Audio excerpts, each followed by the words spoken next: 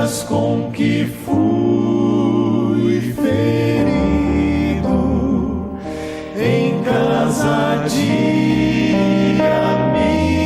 amigos meus. Que feridas são estas nas tuas mãos? Que feridas são estas nos pés? São feridas com que fui ferido por te amar até o fim. Quanta dor causei ao meu Jesus, sofrimento amargo lá na cruz, dessa história e desse amor sem par. Não me cansarei de perguntar: que feridas são estas nas tuas mãos? Que feridas são estas nos pés? São feridas com que fui ferido em casa de amigos meus. Que feridas são estas nas tuas mãos? Que feridas são estas nos pés? São feridas com que fui ferido por te amar até o fim.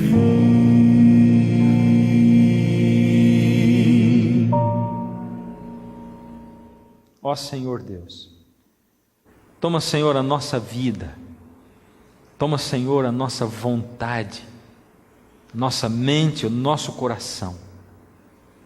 Nós nos entregamos ao Senhor nas suas mãos, para o Senhor operar em nós aquilo que nós somos impotentes para operar. Ó Senhor, pelo poder do seu Espírito, revigora a nossa alma, para que vivamos ao seu lado, mesmo vivendo nessa terra. Em nome de Jesus, amém. Nós vamos começar abrindo a palavra de Deus, e o texto é Ageu, capítulo 1. Não pense que você acabou de assistir um reprise do programa de ontem, ou que eu vou falar a mesma coisa do último programa, né? Não pense que você está assistindo um reprise do último programa, ou que eu vou falar a mesma coisa do último programa. Na verdade, eu dividi o texto de Ageu em 3 mensagens, e hoje eu vou falar a segunda, e um dia aí pela frente, um programa desses aí pela frente, a gente vai falar a terceira também, né? Dentro desse mesmo texto. Vamos ler do verso 1 em diante, do 1 até aqui no 11. No ano 2º do rei Dario, no 6º mês, no 1º dia do mês, veio a palavra do Senhor por intermédio do profeta Ageu a Zorobabel, filho de Salatiel, governador de Judá, e a Josué, filho de Josadaque, o sumo sacerdote, dizendo: tudo isso somente para localizar a gente no tempo e espaço, e a gente já vai se localizar. A palavra do Senhor veio a Ageu dizendo: assim fala o Senhor dos exércitos. Esse povo diz: não veio ainda o tempo em que a casa do Senhor deve ser edificada? Veio, pois, a palavra do Senhor por intermédio do profeta Ageu, dizendo: acaso é tempo de habitardes vós em casas bonitas, apaineladas, enquanto esta casa, a minha casa, permanece em ruínas? Ora, pois, assim diz o Senhor dos exércitos: considerai o vosso passado. Tendes semeado muito e colhido pouco. Comeis, mas não chega para fartar-vos. Bebeis, mas não dá para saciar-vos. Vestivos, mas ninguém se aquece. E o que recebe salário, recebe para colocar num saco furado. Assim diz o Senhor dos Exércitos: considerai o vosso passado. Subi ao monte, trazei madeira e edificai a casa, dela me alegrarei e serei glorificado, diz o Senhor. Esperastes o muito, e eis que veio a ser pouco, e esse pouco, quando o trouxeste para casa, eu com assopro dissipei. Por quê, diz o Senhor dos Exércitos? Por causa da minha casa que permanece em ruínas, ao passo que cada um de vós corre por causa da sua própria casa. Por isso, os céus sobre vós retêm o seu orvalho, e a terra os seus frutos. Fiz vir seca sobre a terra, e sobre os montes, sobre o cereal, sobre o vinho, sobre o azeite, e sobre o que a terra produz, como também sobre os homens, sobre os animais, e sobre todo o trabalho das mãos. O Senhor Deus tem um sonho desde que o pecado entrou nesse mundo, desde que Satanás, com o seu plano de atrapalhar o plano de Deus, interrompeu o que Deus estava agindo e como Ele estava agindo no universo. O sonho de Deus é salvar o mundo inteiro. Deus deseja salvar cada pessoa no planeta, por isso Ele mandou o Filho dele morrer aqui, quando você e eu é que deveríamos pagar pelo nosso pecado. O Filho de Deus, feito homem, morreu no seu e no meu lugar e ofereceu para nós a salvação de graça. Você consegue entender isso? Consegue entender o que é salvação de graça? Eu não sei se eu consigo entender direito. Eu acho que esse é o tipo de coisa que dá para entender direito assim com a mente. A gente pode até transformar isso numa equação. Eu devia morrer, Jesus morreu no meu lugar, tenho a salvação de graça. Mas lá no coração, no fundo da alma, é uma coisa muito difícil da gente aceitar. A gente não consegue aceitar nada de graça. Para nós seres humanos é difícil. A gente até inventou uma frase que eu não sei se tem lá nos Estados Unidos, na Europa, em algum lugar, mas no Brasil tem, que é assim: quando a esmola é demais, até o santo desconfia. Não é o que a gente diz? É o ditado brasileiro. Isso quer dizer o seguinte: se alguém oferece alguma coisa para você de graça, você diz: ah, de graça? É de graça, estou te dando. Parece alguém na porta da tua casa e diz assim: olha aqui, está vendo esse carro? Isso aqui é um Honda Civic, eu vim trazer para você de graça. Está brincando? Para você acreditar vai demorar muito. E se você acreditar, no momento que você disser assim: é verdade, o documento está no meu nome, está tudo no meu nome, até com o IPVA pago. Aí você vai dizer assim: o que você vai querer no lugar? Em troca? É ou não é? Se eu estou dando alguma coisa, nós somos assim, a mão que dá é a que fica esperando para receber em troca. Seres humanos, a gente faz tudo em troca. É por isso que é tão difícil a gente assimilar a ideia da graça. Deus me salva assim, de graça. Eu preciso fazer alguma coisa, eu preciso cometer algum ato maravilhoso, misericordioso. Eu, por exemplo, conta pontos para mim, dá todas as minhas roupas, a minha casa, os meus bens, tudo para os pobres, conta ponto para eu me salvar? Sim ou não? Sim ou não? Não. Porque a salvação é... Vamos começar agora, empurrando no tranco. Você que está em casa, me ajuda. Fala aí para a gente poder ouvir daqui. A salvação é de graça. A salvação é de graça. Não adianta eu dar tudo que eu tenho, mas guardar os mandamentos de Deus conta ponto para a minha salvação? Sim ou não? Sim ou não? Então a salvação não é de graça. Porque se conta ponto, a salvação não é de graça. A salvação é de graça ou não? Conta ponto com Deus para eu me salvar, guardar mandamento? Não. Pela graça sois salvos. Isso não vem de vós mesmos. Isso é dom de Deus. Não tem como guardar mandamento para se salvar. Não conta um ponto sequer eu guardar mandamento nenhum, mas nem sábado, nem o que quer que seja. A salvação é de graça. Eu não disse para você que é difícil a gente assimilar que a salvação é de graça? É de graça, não custa nada. A salvação é pela graça sois salvos. É isso. O Senhor Jesus morreu no meu lugar. A graça é uma fonte a jorrar, a graça é uma fonte aberta, é o Senhor Jesus jorrando para mim vida e salvação e felicidade verdadeira, não alegria passageira, não êxtase passageiro, não êxtase passageiro, felicidade. A graça é uma fonte a jorrar, e Deus deseja salvar todo mundo, e o caminho é a graça, é eu tomar posse da graça de Jesus, é eu beber nessa fonte que é a graça de Jesus, para eu beber e para me salvar, e para o mundo inteiro beber dessa fonte. O que tem que acontecer? Para beber eu tenho que saber, ter conhecimento. Não adianta nada eu estar morrendo de sede e ter uma fonte daqui 1 quilômetro e eu não saber que a fonte está ali, e eu vou morrer de sede com uma fonte a 1 quilômetro de mim. Eu poderia facilmente ir ali. Então, para beber dessa fonte, eu tenho que saber da existência dela. Por isso Deus sempre escolheu na história do mundo um povo para contar para as pessoas. Era o povo de Israel, o povo escolhido de Deus. Para quê? Porque era um povo especial, diferente dos outros. O povo escolhido para trabalhar para Deus, ou para servir a Deus, servir ao próximo, para anunciar o Evangelho, para fazer o mundo inteiro saber disso, para que as pessoas conseguissem saber da salvação pela graça. E Deus instituiu o reino de Israel, um reino dirigido por Ele, instruído por Ele na sua palavra. Deus instruiu em detalhes o que o povo deveria fazer, como deveria viver para serem felizes, e para o mundo inteiro olhar e dizer: uau, nós queremos viver assim também, queremos essa felicidade, queremos esse relacionamento familiar, queremos essa organização no país, nós queremos isso. E no auge desse reino, o Senhor Deus promoveu que Salomão construísse um templo maravilhoso. Aquele templo, ele era a capital espiritual, ele transformava Jerusalém na capital espiritual do universo, porque Deus estava presente naquele templo. Havia uma luz que emanava por trás da arca do concerto, entre os 2 querubins, e aquela luz era a Shekinah, era a presença física de Deus no seu templo. Coisa maravilhosa, um templo cheio de ouro, de prata, de pedras preciosas, mas a glória daquele templo era a glória da presença de Deus. Mesmo assim aquele povo abandonou a Deus.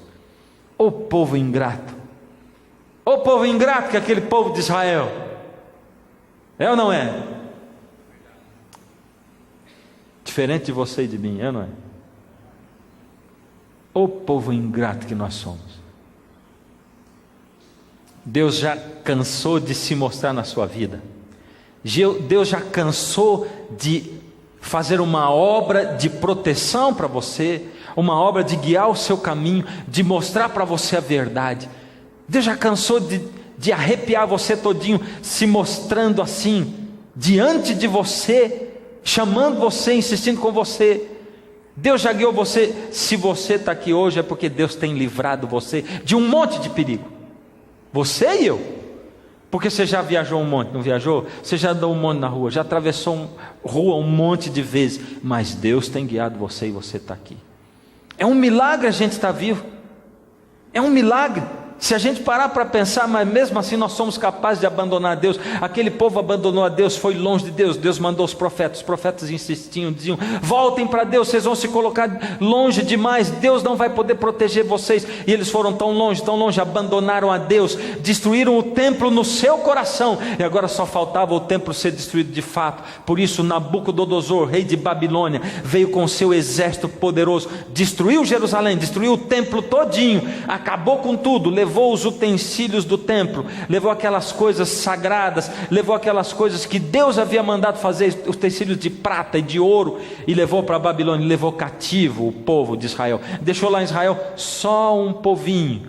O templo foi destruído de fato, havia sido destruído no coração, mas agora tinha sido destruído de fato.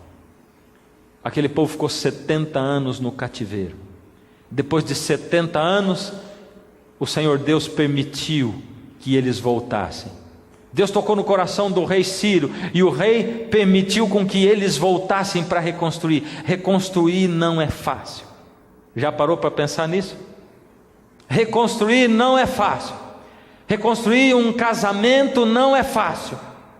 Quando você se deixou levar pelas paixões do mundo, quando você se deixou levar pela filosofia de Hollywood, das novelas da Globo, quando você deixou se levar pela filosofia sexual do mundo, quando você se deixou iludir por essa vida, quando você se deixou iludir por você mesmo, achando que casamento é o lugar para onde você vai para que o outro faça você feliz, quando na verdade casamento é o lugar para onde duas pessoas vão, pensando em uma fazer a outra feliz, e aí os dois podem ser felizes. Todo mundo se casa com um desejo egoísta de ser feliz, e com o passar do tempo tem que transformar o egoísmo em amor. As pessoas se relacionam para serem felizes, para se satisfazerem, e com Deus é a mesma coisa. Todo mundo que vem para a igreja, todos nós, a gente vem por motivo egoísta. A gente vem para receber bênção, para receber cura, milagre. A gente vem para se sentir feliz. E Deus está tentando dizer, num momento na sua vida, tem que transformar isso. E entender que Deus precisa de pessoas na sua igreja, na sua casa. Gente que faça parte do seu povo para servir ao próximo. Que vem aqui porque ama servir ao próximo, mas eu não amo servir ao próximo, mas eu tenho que aprender, por isso eu estou aqui dentro. A igreja é uma escola tremenda. Por isso, quando eu descubro isso, eu tenho que começar a reconstruir, eu tenho que reconstruir os relacionamentos. Por isso que quem vem para Jesus melhora de vida. Pode não melhorar financeiramente, pode não melhorar de saúde, mas ele melhora de relacionamento. E a esposa olha para o marido e diz assim, não acredito. Outro dia eu estava fazendo uma visita para um camarada que apareceu na igreja sem mais nem menos, sem mais nem menos nada, foi o Senhor Deus que o enviou para lá, e ele era um homem beberrão, mulherengo. A mulher dele diz assim, eu não acredito, quando esse camarada começou a frequentar a igreja e começou a mudar, eu achava que era mais uma que ele estava aprontando para mim. Aliás, até hoje eu ainda penso, mas será que é verdade? Mas ele mudou completamente, faz 6 meses, ele não bebe, ele não sai com mulher. Eu morava na mesma casa que ele, mas a gente não tinha nenhum tipo de relacionamento. Como é que pode alguém mudar tanto assim? Reconstruir. E é difícil reconstruir, porque nem a mulher, nem o marido acredita que você está mudando tanto. E quando Jesus trabalha no coração, a gente começa a ter que reconstruir. Deus pediu para eles reconstruírem. Reconstruir o quê? Reconstruir Jerusalém, mas principalmente reconstruir o templo, para fazer de Jerusalém de novo a capital espiritual do mundo, para que Deus pudesse de novo pregar para o mundo. Quando a gente começa a reconstruir, tem oposição. A gente tem às vezes problemas financeiros, às vezes problemas mesmo de relacionamento, oposição de pessoas que vêm para a gente e dizem assim, não acredito, você está começando a frequentar aquela igreja de crente, ninguém nunca disse isso para você. Você vai naquela igreja, aquilo é uma seita, não acredito que você vai pisar ali. Não, mas eu só vou para ouvir a música dos arautos do rei. Mas aí o ambiente está tão gostosinho que você fica aqui, né? Aí você liga a televisão e diz, não é possível, você está assistindo programa de crente, teu marido acabou de entrar na sala e diz assim, não é possível, você vai ver isso aí, depois eu volto. E saiu, é ou não é? É oposição, porque as pessoas se opõem, as pessoas não querem que você encontre com Deus. E ali os samaritanos começaram a se opor ao povo de Deus, e eles não conseguiam construir o templo, e o tempo passava, e eles não conseguiam. Então eles entenderam, é um sinal de Deus, de que nós não devemos reconstruir o templo. Vamos parar por aqui a reconstrução, sinal de Deus, nós estamos trabalhando para Deus, fazendo o que Deus pediu, e a gente não consegue, então vamos parar por aqui. A gente está acostumado a ver muito sinal de Deus aonde não tem, muitas pessoas estão acostumadas a ver isso aí. Tem que ter íntima comunhão com Deus, tem que buscar Deus, tem que estar na presença de Deus para entender os sinais de Deus, tem que se colocar à disposição de Deus, não fazer de Deus como se ele fosse um cachorrinho, que você manda e ele faz aquilo. Você tem que aprender a servir Deus, não se servir de Deus. Aquela época era uma época difícil, por isso eles pararam de reconstruir o templo, 1, 2, 3, 4, 5, 10 anos, pararam de reconstruir o templo, e o templo ficou lá, e eles foram viver a vida deles, construir as casinhas deles, trabalhavam muito, mas ganhavam dinheiro, e o dinheiro parecia que estava colocando num bolso furado, não rendia nada. Eles gastavam muito tempo trabalhando, era um problemão, chovia pouco, por isso eles tinham que trabalhar muito para colher pouco. Mas mesmo assim, com tanta dificuldade, exatamente como acontece hoje na sua vida e na minha, que a gente trabalha muito, mas o dinheiro não rende, pessoas ficam endividadas. Naquela época pessoas ficavam, mesmo assim tem gente ganhando dinheiro, tem gente ficando rico, e começaram a construir casa bonita aqui, casa bonita ali, mesmo em época de dificuldade, gente ganhando dinheiro, gente prosperando, não é essa palavra que a gente gosta, e gente querendo buscar a Deus para prosperar. Ou época difícil que era aquela. Então, de repente Deus aparece para o profeta Ageu, nesse texto que nós lemos, Ageu no capítulo 1, do verso 1 em diante, do verso 2 em diante diz assim: assim fala o Senhor dos exércitos, este povo diz, não veio ainda o tempo em que a casa do Senhor deve ser edificada. Veio, pois, a palavra do Senhor por intermédio do profeta Ageu, dizendo: acaso é tempo de habitardes vós em casas bonitas, enquanto a minha casa está em ruínas? Ora, pois, assim diz o Senhor: considerai o vosso passado, tendes semeado muito e recolhido pouco, e o pouco que vocês recolhem, vocês colocam num bolso, num saco furado, porque o dinheiro de vocês não dá para nada. Olhem para o passado de vocês, a vida de vocês sem Deus está boa, sem colocar Deus no centro da sua vida, esquecendo de reconstruir o templo de Deus dentro da sua casa, dentro da sua família, esquecendo de ir até na igreja. Deus não é o centro da sua vida. Olhe para o passado de vocês, o passado recente, o que vocês construíram até agora. Suba ao monte, é o que Deus diz: subi ao monte e trazei de lá o material para reconstruir a minha casa, eu vou me alegrar dessa casa. Suba ao monte. Nós subimos o monte cada vez, o monte espiritual de adoração a Deus, cada vez que nós vamos na madrugada, dedicando as primeiras horas do dia para Deus, quando nós dedicamos tempo para ler a palavra de Deus, para meditar, para dizer: Senhor, segurando a Bíblia na mão, segura a Bíblia na mão, é a coisa mais maravilhosa do mundo fazer isso. Ora a Deus, e depois você segura a Bíblia na mão e diz: Senhor, eu fiz a minha parte, eu conversei com o Senhor, eu estou aqui acordado, eu estou dedicando as primeiras horas do dia, fala comigo, Senhor. O Senhor diz que isso aqui é a palavra de Deus, fala comigo agora. E deixa Deus falar com você, deixa Deus se mostrar para você, interagir na sua vida. Subir ao monte, é só subindo o monte que eu vou me encontrar com Deus.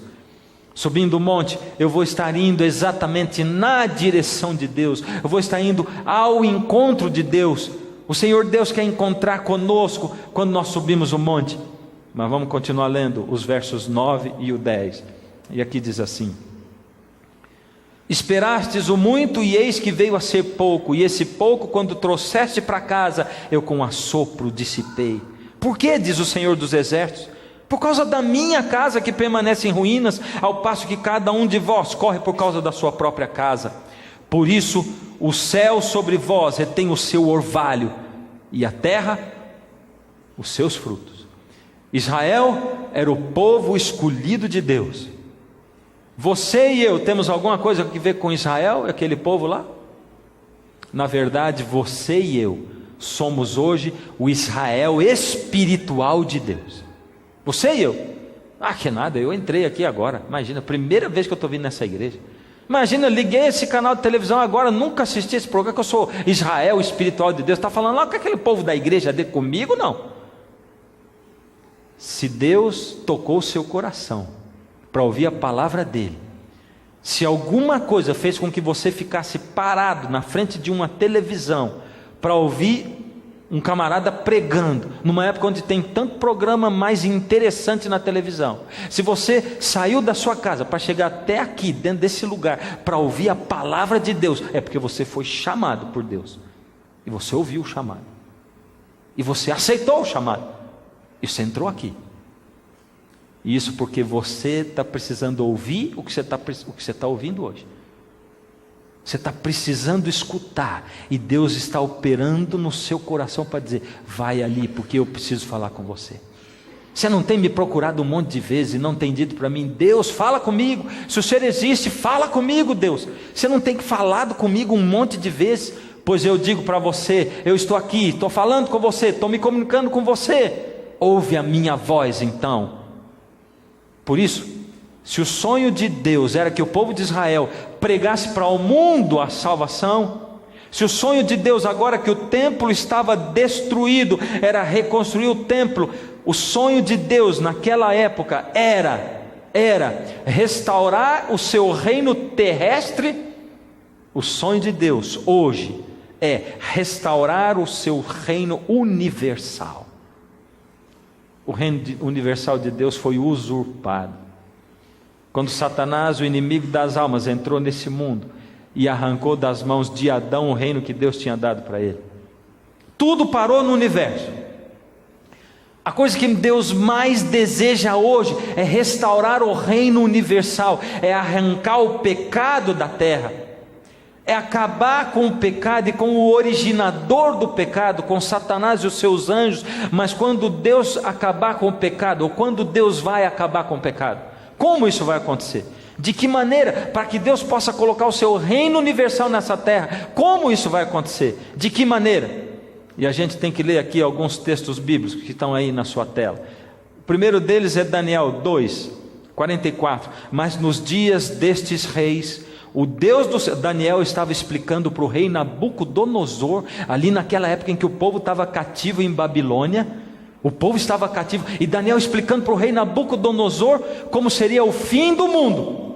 Deus deu para Daniel uma revelação para ele contar para o rei Nabucodonosor como seria o fim do mundo. E diz: nos dias desses reis, o Deus do céu suscitará um reino que não será jamais destruído. Se você olhar a profecia de Daniel 2, os dias desses reis seriam os dias em que a terra não teria mais um reino universal mais. Um reino mundial, um império mundial. Naquela época era Babilônia, depois veio Medo-Persa, depois vieram os gregos, depois veio Roma, e depois tudo se dividiu. E aí, divididos os reinos, Daniel disse para o rei Nabucodonosor: nos dias desses reis, quando for tudo dividido e nunca mais vai juntar para ser um reino mundial mais, nos dias desses reis, o Deus dos céus suscitará um reino que não será jamais destruído. Esse reino não passará a outro povo, esmiuçará e consumirá todos esses reinos, mas ele mesmo vai existir para sempre. Como que Deus vai fazer esse reino? Daniel está dizendo, Deus dizendo para Daniel que ele vai ter um reino nesse mundo. Como? Continua lá em Daniel 7, 27. O reino e o domínio e a majestade do reino debaixo de todo o céu serão dados ao povo dos santos do Altíssimo.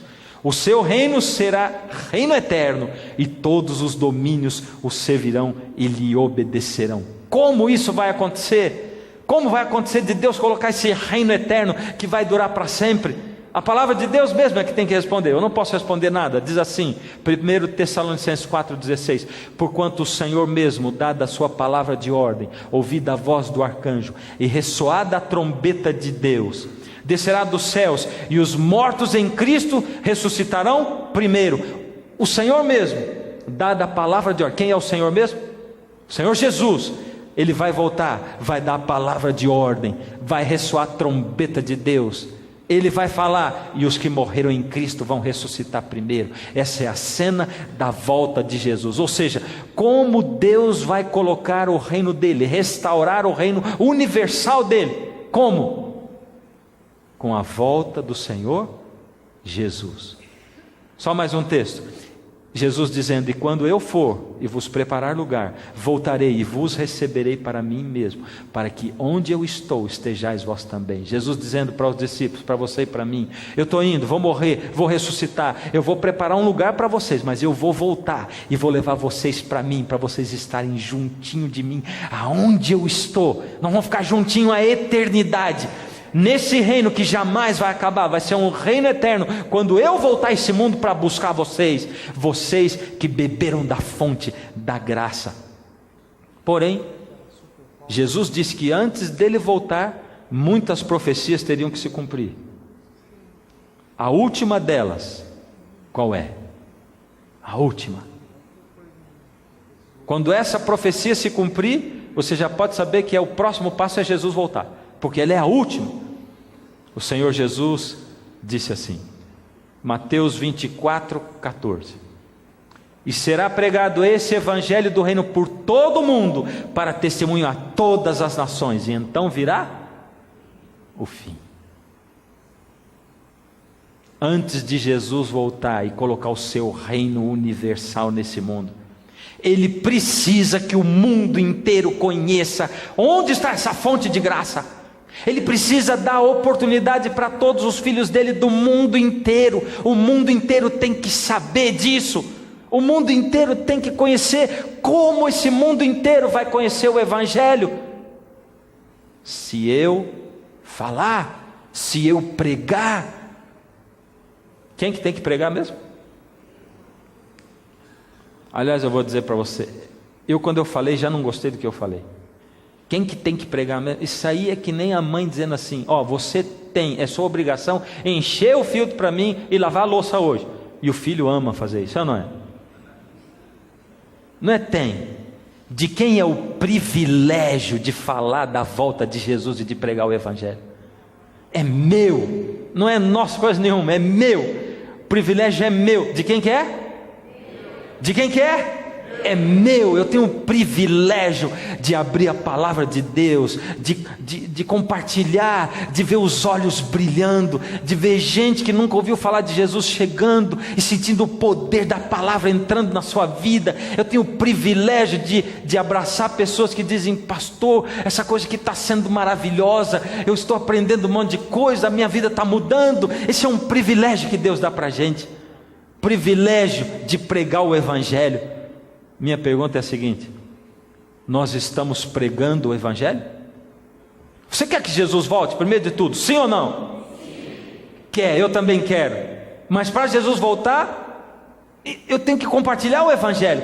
Nós estamos pregando o Evangelho? Deixa eu contar algumas coisas. Eu tenho uns dados para dar para você, mas é da igreja adventista, porque nós somos adventistas do sétimo dia. Eu não tenho dados das outras igrejas. Então vou colocar aqui. Na igreja adventista nós batizamos 1,4 pessoas por minuto no mundo inteiro. Ou seja, a cada 1,4 minuto uma pessoa é batizada ao redor do mundo, dentro da igreja adventista, pregando o Evangelho. Agora veja, isso dá 2.016 pessoas por dia. É bastante gente, não é verdade?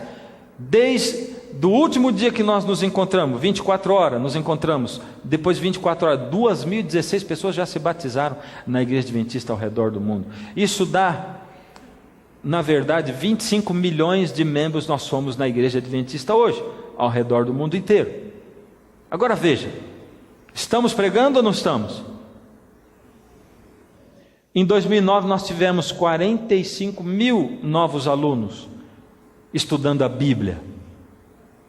Em 2010, 60 mil.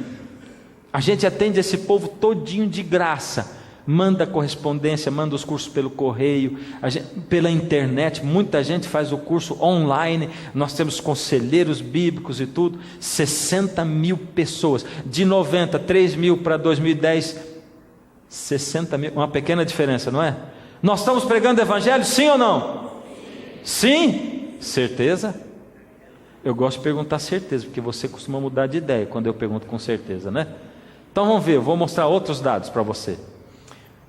Bom, esse é o crescimento demográfico por segundo ao redor do mundo. Nascem 4 pessoas por segundo e morrem 2 por segundo.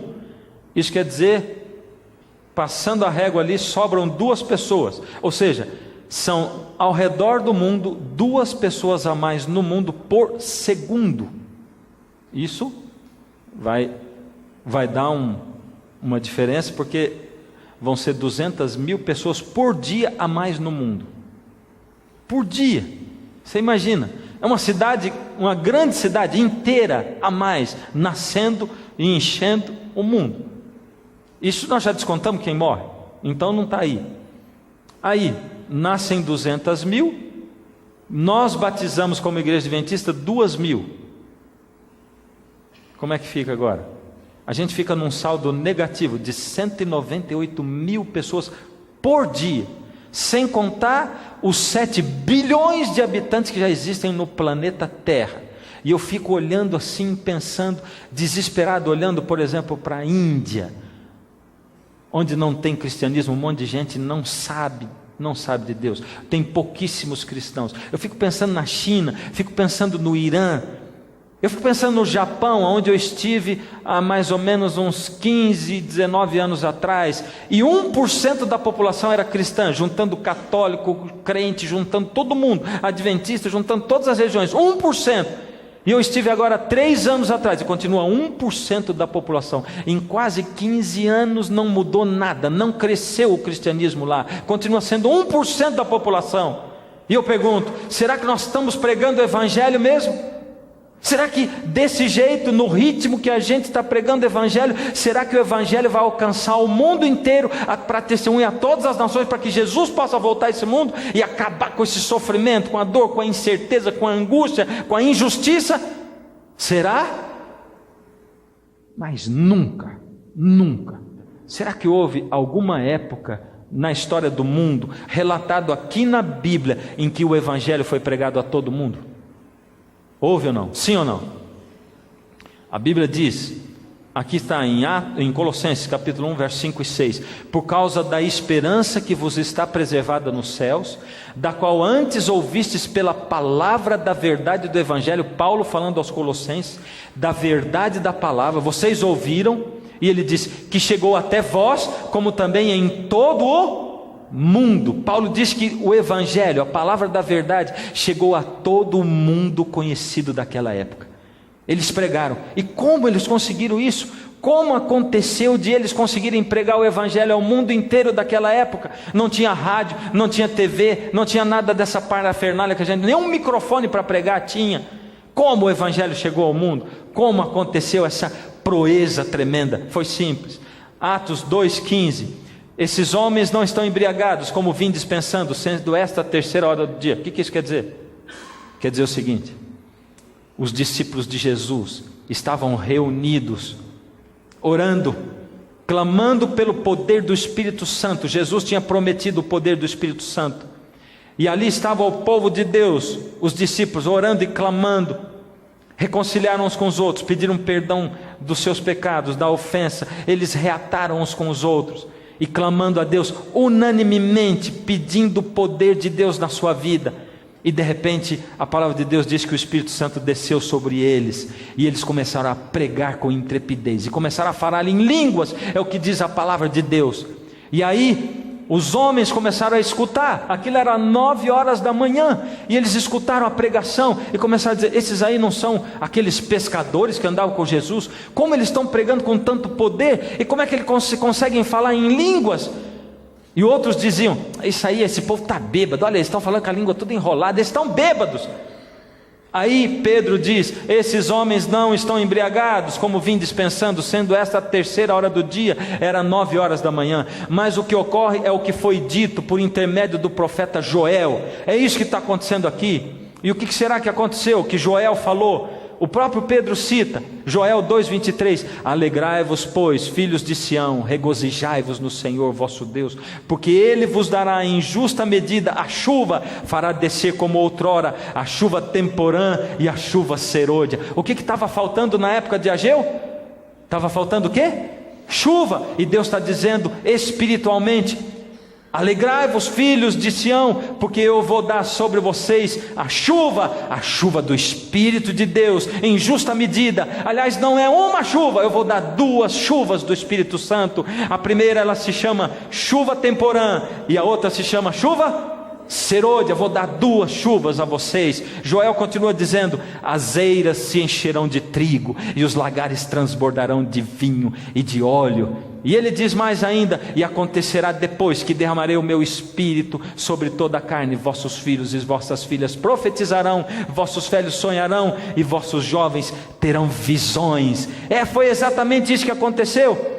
Aconteceu exatamente isso ali naquela época. Como que eram as chuvas de Israel?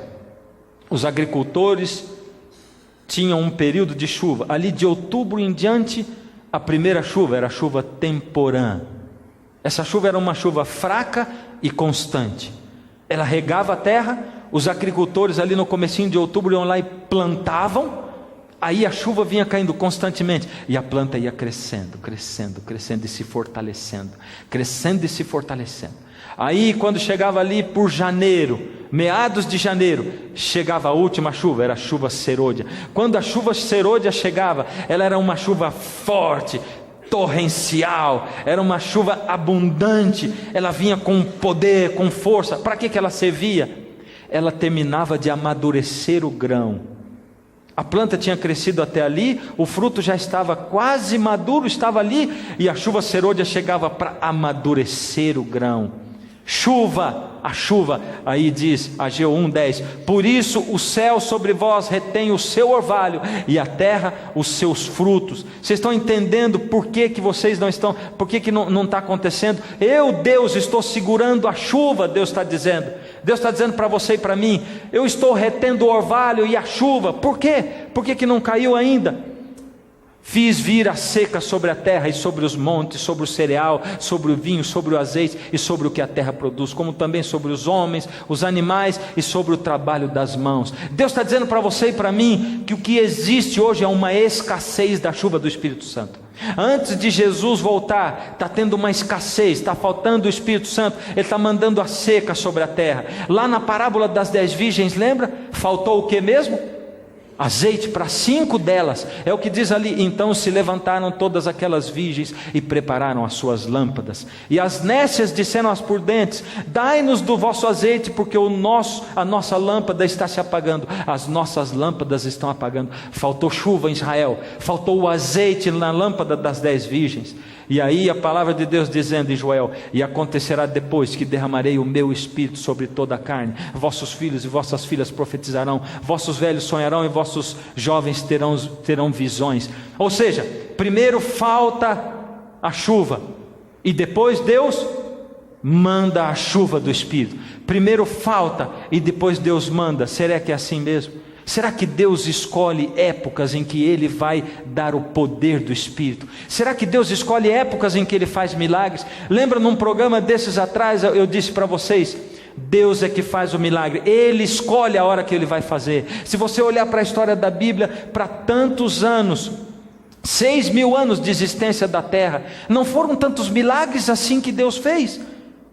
Mas Deus tem épocas em que Ele faz. Por exemplo, 400 anos, enquanto o povo esteve ali cativo em Israel, no Egito, o povo de Israel cativo no Egito, escravizados, Deus se calou. Mas através de Moisés Deus falou. E na época de Moisés como líder, Deus falou. Depois de 400 anos calado, Deus falou.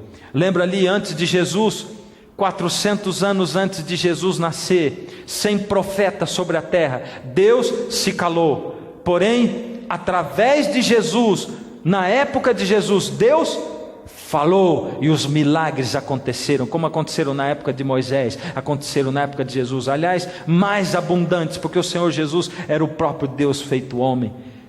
Será que a mesma coisa acontece hoje? Será que a mesma coisa está acontecendo hoje? Ou seja, Deus está calado, Deus não está ainda se manifestando, e está dizendo: daqui a pouco eu vou dar chuva. É fácil, a gente olha para Atos 2, quando eles receberam o Espírito Santo e pregaram o Evangelho ao mundo. Ali eles estavam recebendo a primeira chuva. Qual era o nome da primeira chuva mesmo?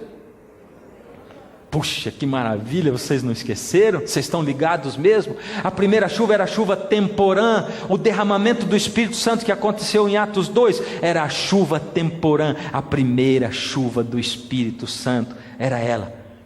Na época de Pedro, aquela chuva caiu. E por causa daquela chuva que caiu, da chuva temporã, o mundo todo ficou conhecendo o Evangelho. Você pode até pensar: mas o mundo era menor, não tinha tanto ateu. É lógico que tinha. Tinha um monte de idólatras. Os gregos tinham o seu panteão, os coríntios tinham a deusa Diana, os egípcios adoravam Deus, os romanos adoravam Deus, faziam um sincretismo religioso, acreditavam em tudo. Hoje, nós estamos esperando a segunda chuva do Espírito. Qual é o nome dela? Vocês estão ligados mesmo. A chuva serôdia. Como é que uma planta pode ficar forte? Você planta a semente, como ela pode se fortalecer? Você dá leite para ela? Ração. Você dá o que para ela? Água. A nossa planta, para crescer, tem que receber o quê? O que nós temos que receber para a planta ficar forte? Água. Igual. Água do quê? Chuva. Chuva do Espírito Santo. A chuva temporã caiu lá em Atos 2, na época do Pentecostes. Certo? Foi lá que ela caiu ou não foi? Foi lá.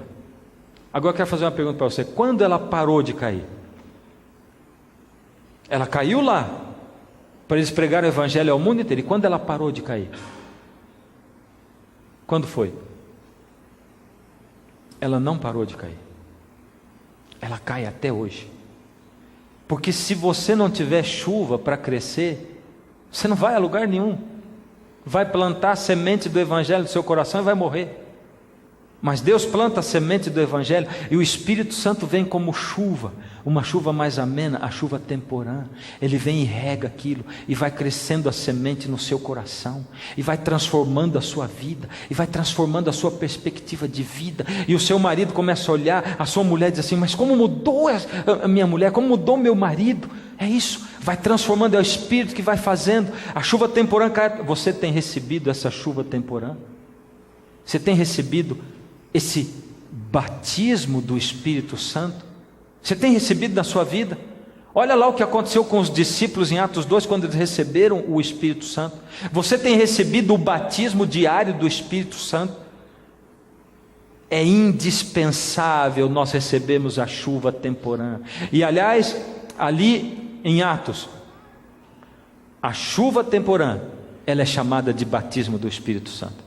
Vocês vão ver usar de vez em quando uma sigla, esse BES, que é Batismo do Espírito Santo. O batismo do Espírito Santo é indispensável. Lá em Joel, Deus disse assim: eu vou mandar para vocês a chuva temporã, chuva do Espírito. E lá quando caiu, o Senhor Jesus disse, João Batista disse do Senhor Jesus: eu batizo com água, mas depois de mim vem quem vai batizar vocês com fogo, o fogo do Espírito. Batizados no Espírito. Em Atos, um monte de vezes está usado lá o batismo do Espírito Santo. Ou seja, resumindo tudo, a coisa mais importante para você e para mim hoje, aquilo que é fundamental, indispensável para que a gente possa viver o cristianismo, para que a gente possa ser o que a gente fala. Você não está cansado de olhar para o cristianismo, para a teoria da Bíblia e dizer: está certo, é legal, é bacana, é bonito, me emociona, mas não vou nem querer saber, porque eu não consigo viver aquilo, eu não consigo sentir aquilo, eu não consigo acreditar em Deus. Você não cansou disso?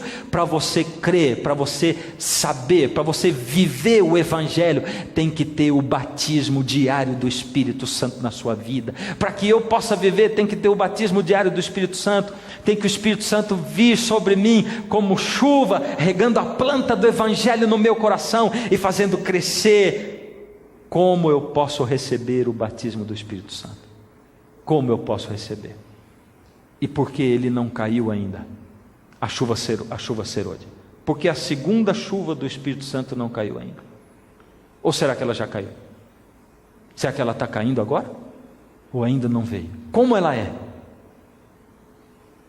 No próximo programa. A partir do próximo programa. Se você quer saber, você não pode perder. Tem que estar ligado na mesma emissora, no mesmo canal, tem que voltar. Mas Deus hoje, mais do que informar você isso, Deus quer formar você. Deus quer chegar na sua alma, no seu coração. Deus quer regar a planta do evangelho que está caindo aí, para você não ficar desanimado, porque Ele sabe que você muitas vezes já caiu, e já caiu, e já caiu, e já cansou de cair, já está pensando muitas vezes assim: não adianta, para mim não adianta, comigo não adianta, eu não consigo viver o evangelho. Contudo, o Senhor Deus deseja operar na sua vida um milagre. Ele deseja dar a você condições plenas de você viver o evangelho. E Deus coloca o Espírito Santo à sua disposição para dizer para você: filho, eu estou aqui. O Senhor Jesus diz: eu vou dar para vocês um consolador. Eu não vou deixar vocês sozinhos. O meu consolador é quem vai dar poder para você viver o evangelho. Para essas coisas maravilhosas da Bíblia deixarem de serem teoria para você, para serem verdade, para você tomar posse da graça, para você amar a Deus, para você ter uma fé inabalável. Eu coloco tudo à sua disposição. Para isso, de novo, você tem que pedir. Agora não é nem aceitar, é pedir. Deus, me dá o seu Espírito Santo para que ele me mostre a pessoa de Jesus, para que ele revele Jesus na minha vida. Enquanto o quarteto estiver cantando a última música, o Espírito de Deus vai passear nesses bancos, ele vai tocar tão forte no seu coração que ele vai incomodar você. O banco vai ficar um lugar incômodo, você vai ficar assim, porque Deus vai chamar você. Você na sua casa não tem como não saber que o Espírito de Deus é real, porque o Espírito de Deus vai tocar a sua vida aí onde você está, o coração vai bater mais forte. E o Senhor vai chamar você para sair do seu banco, sair da sua cadeira, do seu sofá, ficar em pé aí, sair daí do seu banco e vir aqui para frente. E isso é para acontecer agora, nesse momento, porque eu quero orar com você, entregando a sua vida na mão de Deus, para você dizer: Senhor, eu estou nas tuas mãos, eu deponho a minha vida aos teus pés. Quero ver você. Cadê você? Estou esperando agora, nesse momento aqui. Você que já entregou o coração a Jesus, mas vê do seu lado alguém lutando que não consegue vir, dá a mão para ele, ajuda e diz: eu vou com você, vamos lá junto. Cadê você? Vem para cá. Quero ver você aqui na frente. Esse é o tempo, essa é a hora, esse é o momento. Chega aqui bem pertinho de mim, chega aqui, por favor. O quarteto vai cantar só para dar mais tempo de você chegar aqui, só para te dar mais tempo. Não fique aí parado. Esses são só os primeiros, as primícias, a primeira colheita do Espírito. Falta você ainda. Enquanto a música toca, o Espírito de Deus continua tocando o seu coração. Ele vai chamar você, ele quer habitar em você através do Espírito Divino. Abre o coração e diz: habita no meu coração, ó Senhor. Habita em mim, ó Senhor, conforme prometeste, ó Pai. Tenho ouvido sempre o teu chamar, te peço, ó Deus, habita em mim, habita em mim, pelo teu poder. Preciso tantas decisões fazer, dá-me esta tão preciosa luz, divina luz,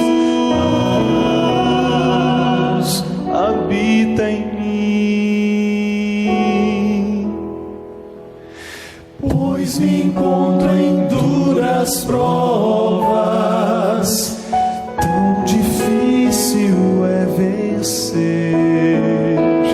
Necessito um guia, dizendo aonde ir.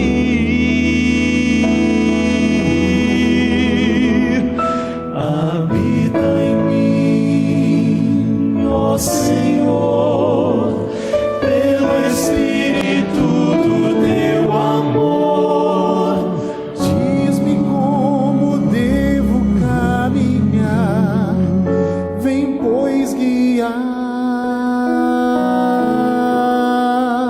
e habita em mim. Ainda dá tempo de você chegar aqui. Jesus está dando tempo para você. Cadê você que não veio ainda? Entrega a sua vida para o Senhor.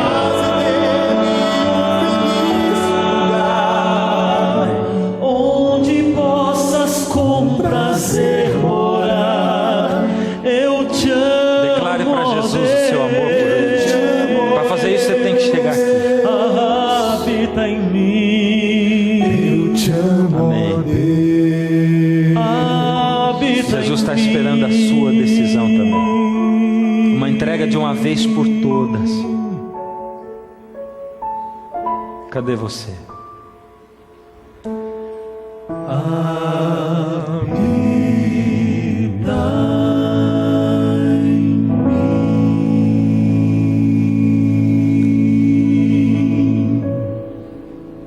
Feche os seus olhos.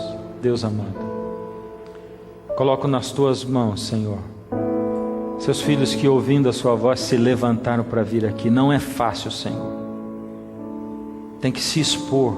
É difícil se expor. Mas é difícil reconstruir mesmo, a gente sabe, Senhor. Tem que primeiro voltar lá para Jerusalém, para tudo que está destruído, para o lugar da sua habitação. E eles voltaram aqui, Senhor, para a igreja. Agora eles querem reconstruir, estão nas tuas mãos. Toma-os nas tuas mãos, Senhor.